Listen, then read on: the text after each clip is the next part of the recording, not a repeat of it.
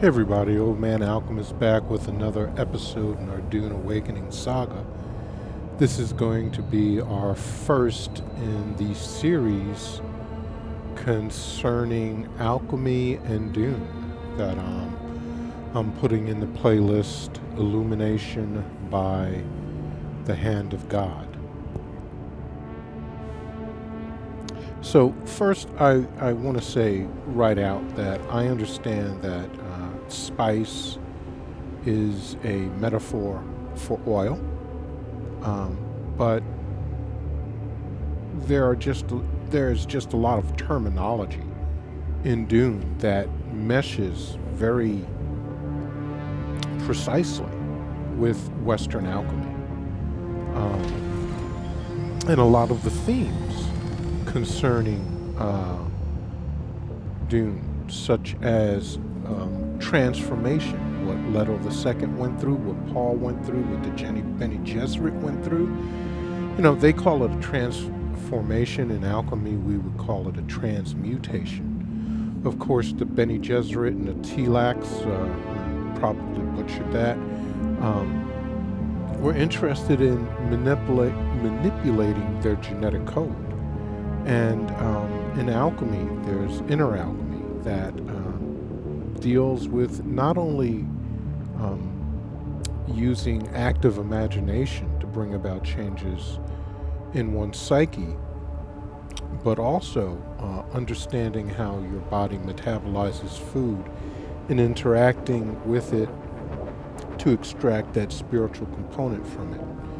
And then, of course, there's spice, which is analogous to the Philosopher's Stone, basically, and everything that it can do, from the physiological changes that it brings about from consuming it. All of that parallels exactly the experience written down that one can expect from ingesting the Philosopher's Stone.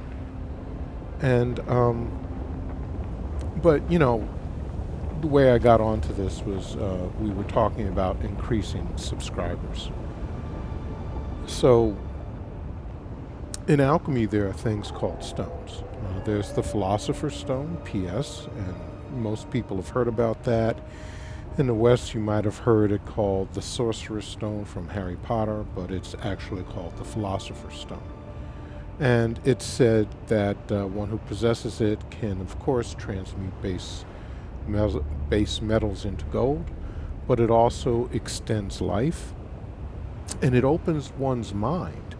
The old philosophers say that one who understands how to confect a stone can see back to the beginning of creation and understands then how to bring about changes into the future. So past, present, and future, just like spice prescience does for you. There are also things called plant stones. And that's abbreviated lowercase ps. The Philosopher's Stone is abbreviated uppercase ps. And a plant stone is the little brother or cousin of the Philosopher's Stone. It's made from organic matter, but again, the minerals found in plants all began in the ground, in the earth of whatever planet you're dealing with, and so, in a sense, it's all mineral alchemy.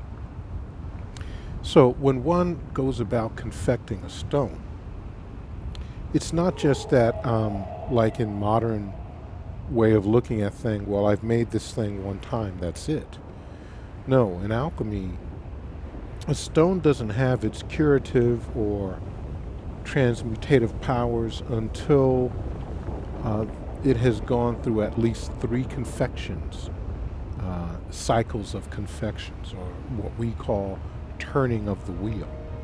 So the first process would be to make the base stone, which is decompounding one's prima materia, or starting matter, and extracting out what the ancients called the 3 essentials, and some people call principles.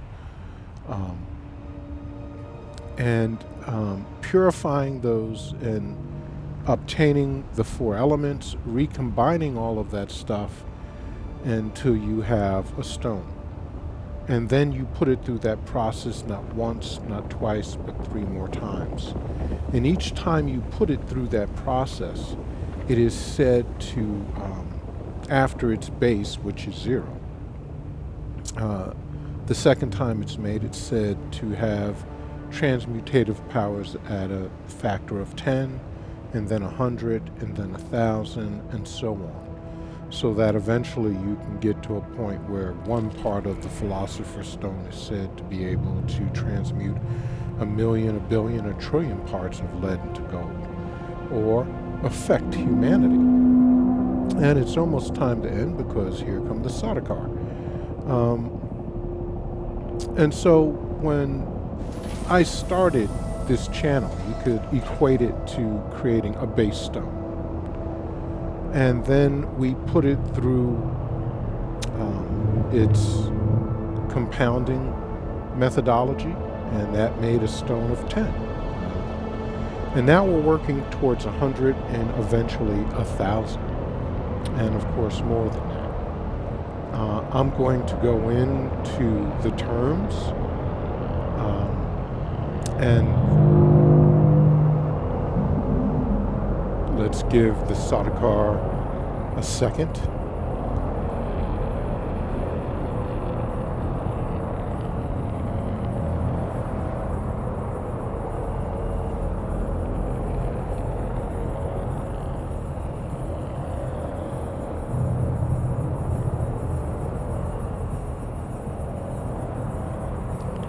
They're going to be leaving very soon.